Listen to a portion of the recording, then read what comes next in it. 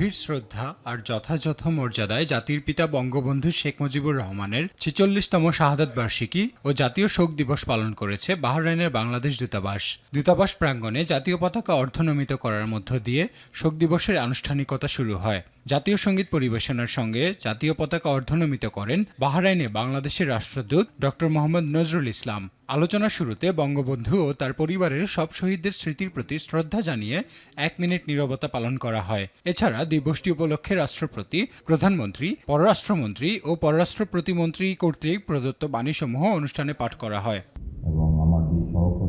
বঙ্গবন্ধুর দেখানো পথেই এগিয়ে চলেছেন শেখ হাসিনা। এজন্যই বাংলাদেশ আজ উন্নয়নের রোল মডেল বলে মন্তব্য করেছেন পশ্চিমবঙ্গের কৃষিমন্ত্রী শোভনদেব চট্টোপাধ্যায়। বঙ্গবন্ধুর ৪৬তম শাহাদাত বার্ষিকী ও জাতীয় শোক দিবস উপলক্ষে কলকাতায় উপ-হাই কমিশনের বাংলাদেশ গ্যালারিতে আয়োজিত আলোচনায় একথা বলেন তিনি। এ সময় পশ্চিমবঙ্গ সরকারের মন্ত্রী সুজিত বোস, সাংবাদিক মানস ঘোষ, লেখক ও শিক্ষাবিদ অধ্যাপক শুভরঞ্জন দাশগুপ্ত উপস্থিত ছিলেন। অনুষ্ঠানে স্বাগত বক্তব্য দেন উপ-হাই কমিশনার তৌফিক হাসান। বঙ্গবন্ধুর উপর একটি জীবনভিত্তিক তথ্যচিত্র প্রদর্শন করা হয় অনুষ্ঠানে।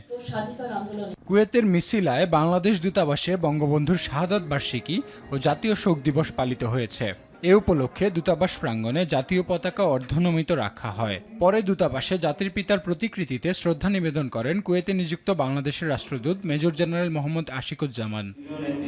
Jeddah Bangladesh international school and college Bangla মাধ্যম ও ইংলিশ মাধ্যম নিজ নিজ স্কুল প্রাঙ্গণে জাতীয় সঙ্গীত পরিবেশনের মধ্য দিয়ে জাতির পিতা শেখ মুজিবুর রহমানের ৪৬তম শাহাদাত বার্ষিকী ও জাতীয় শোক দিবস পালন করেছে। বাংলা স্কুল পরিচালনা পরিষদ চেয়ারম্যান আতাউর রহমান মুকুলের সভাপতিত্বে উভয় স্কুলের অনুষ্ঠানে প্রধান অতিথি ছিলেন জেদ্দা কনসুলেটের কনসাল জেনারেল মোহাম্মদ নাজমুল হক। আরও উপস্থিত ছিলেন শ্রম কাউন্সিলর মোহাম্মদ আমিনুল ইসলাম, ইংলিশ স্কুলের ভারপ্রাপ্ত অধ্যক্ষ এস.এম. মিজানুর রহমান, বাংলা স্কুলের ভারপ্রাপ্ত অধ্যক্ষ মোহাম্মদ হুমায়ুন কবির ও শিক্ষক শিক্ষিকা এবং স্কুলের কর্মকর্তাবৃন্দ।